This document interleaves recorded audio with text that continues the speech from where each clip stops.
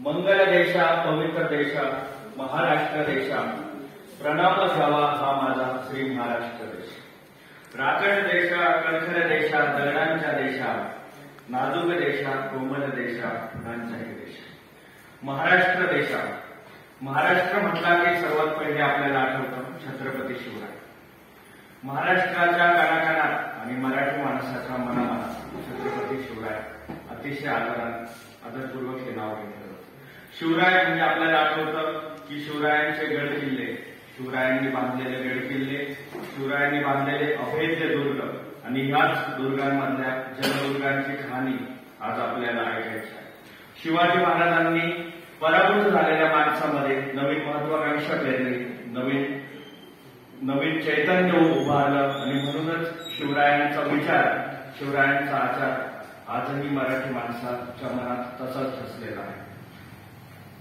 महाराजांनी अनेक दुर्ग बांधले, त्यामध्ये रायगडासारखा जलदुर्ग असेल किंवा 84 बंदर शोधून सुद्धा सापडणार नाही असा सिंधुदुर्ग किल्ला असेल।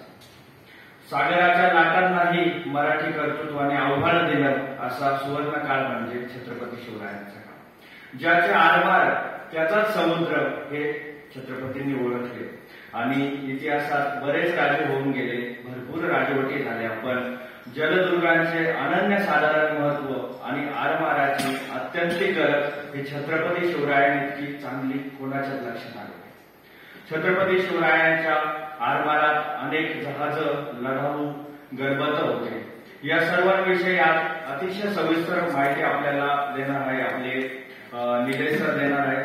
सुरुवातीला मी प्रास्ताविक करण्यासाठी आपल्या मराठी मुलुक संस्थेचे गौरव गाजरे यांना आमंत्रित करतो।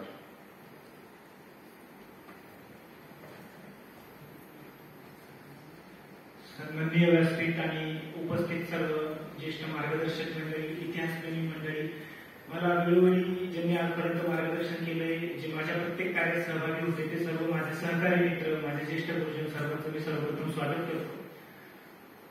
आजच्या कार्यक्रमाचं विशेष असं की 6 जून 1674 म्हणजे ज्येष्ठ शुद्ध त्रयोदशीला रायगडावर झालेला छत्रपती शिवाजी महाराजांचा राज्याभिषेक म्हणजे अखंड हिंदुस्थानाच्या इतिहासातली एक क्रांतिकारी गोष्ट आहे।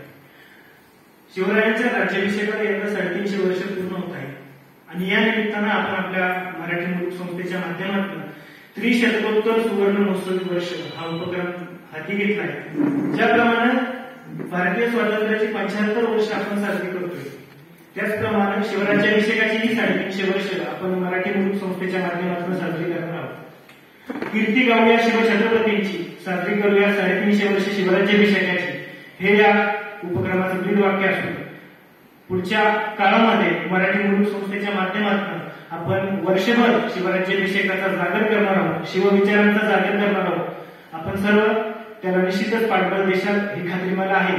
आजचं हे व्याख्यान आज या ठिकाणी उपस्थित असलेले माझे मार्गदर्शक सन्माननीय निलेशजी गावडे सर, माझ्या मार्गदर्शिका सन्माननीय वर्षाताई भालेराव, माझे मार्गदर्शक अनिल मामा, माझे मार्गदर्शक सोमनाथ सर, अजय सर, सर्व मान्यवर मंडळींचं मी इथं मराठी मुलुक संस्थेच्या वतीनं स्वागत करतो। तसंच आज ज्यांच्यामुळे आज हा कार्यक्रम पार पडलाय ते आमचे सन्माननीय दिलीप मामा गीते असतील, ईश्वर बाबा सहाने असतील, अजिंक्य महाले असतील, आमचे योगेश खाबे असतील, या सर्वांच्या साक्षीनं आपण शिवराज्याभिषेकाचा जागर इथून पुढे वर्षभर करूया।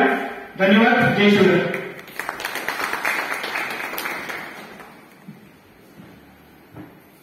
धन्यवाद गौरव। मराठी मुलुक संस्था आयोजित आजच्या व्याख्यानासाठी जलदुर्गाचे अभ्यासक श्री निलेश गावडे सर हे या ठिकाणी आमच्या विनंतीला मान देऊन उपस्थित झालेले। तसंच आमच्या कार्यक्रमाला सहकार्य विश्वास ग्रुप यांच्यातर्फे हा हॉल त्यांनी आपल्याला या कार्यक्रमासाठी उपलब्ध करून दिला आहे।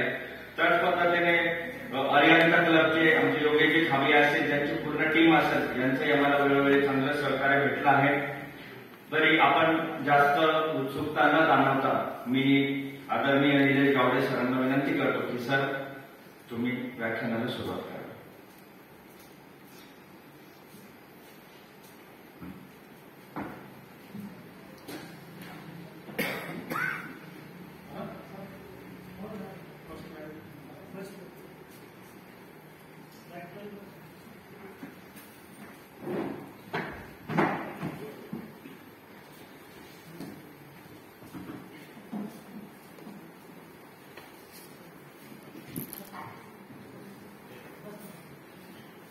आदिशक्ती तुळजाभवानी या महाराष्ट्राचं मर्दानी दैवत